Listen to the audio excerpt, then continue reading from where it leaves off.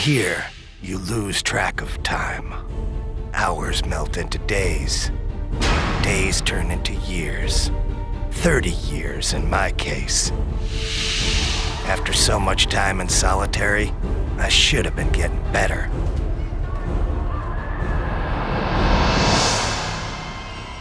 But in my heart, I always knew there was no cure for what happened to me. But I kept on hoping. I knew if I waited long enough, I'd get revenge against the man who destroyed my mind.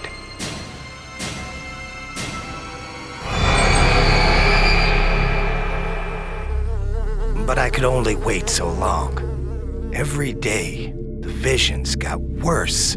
Soon I wouldn't be able to tell reality from my nightmares. But then, my life changed. He called himself Calypso. He said he ran a contest. Winner take all. In my case, first prize meant getting even with the man who stole my sanity. How could I refuse? I agreed to play.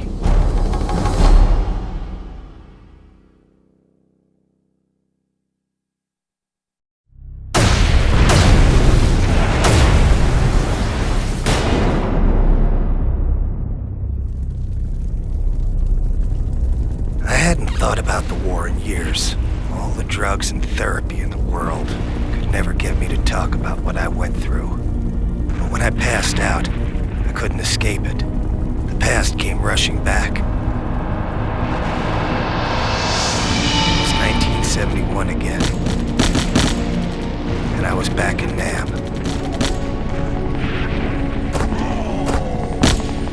Ben had gone down. It was just me, all alone, trying to revive him. I was shouting to Benny, trying to see if he was okay. But before I knew it, the enemy was on me.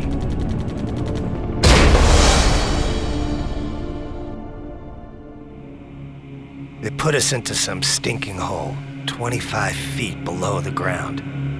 Benny was in bad shape. I didn't know how long he was gonna hold out. Seems like forever I was screaming for someone to come and help him. Then one day, we had a visitor. The guy was an advisor to the Vietnamese. And he had his own unique idea of torture. Starvation. Benny was on his last legs, and I wasn't far behind.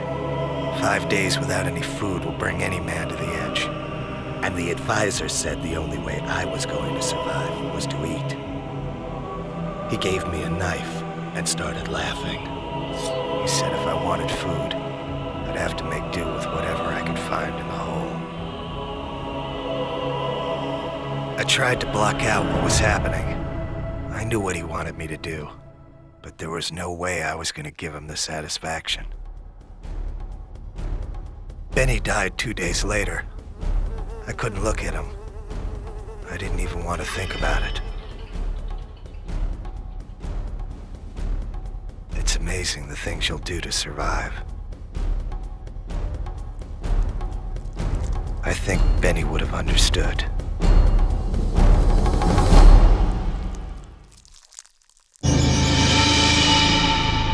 They say the mind bends and twists in order to deal with the horrors of life. I think my mind bent so much it snapped in two. When a platoon of GIs freed me 2 weeks later, they tried to take the helmet off.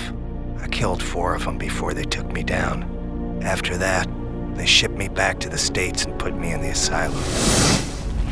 But now I have a chance to get even with the man who pushed me over the edge. It made Benny die.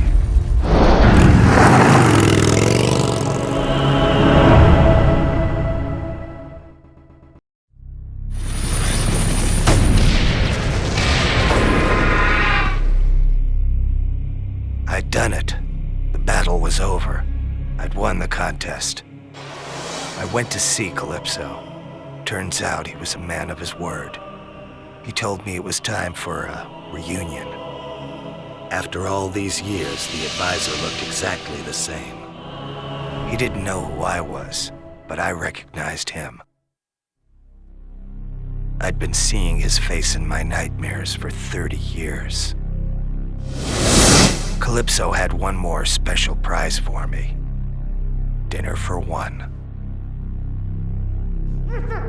30 years is a long time to be locked away. You get kinda tired of asylum food. But after all this time, something new was on the menu. As much as I hated to admit it, over the years I developed a special craving for human flesh.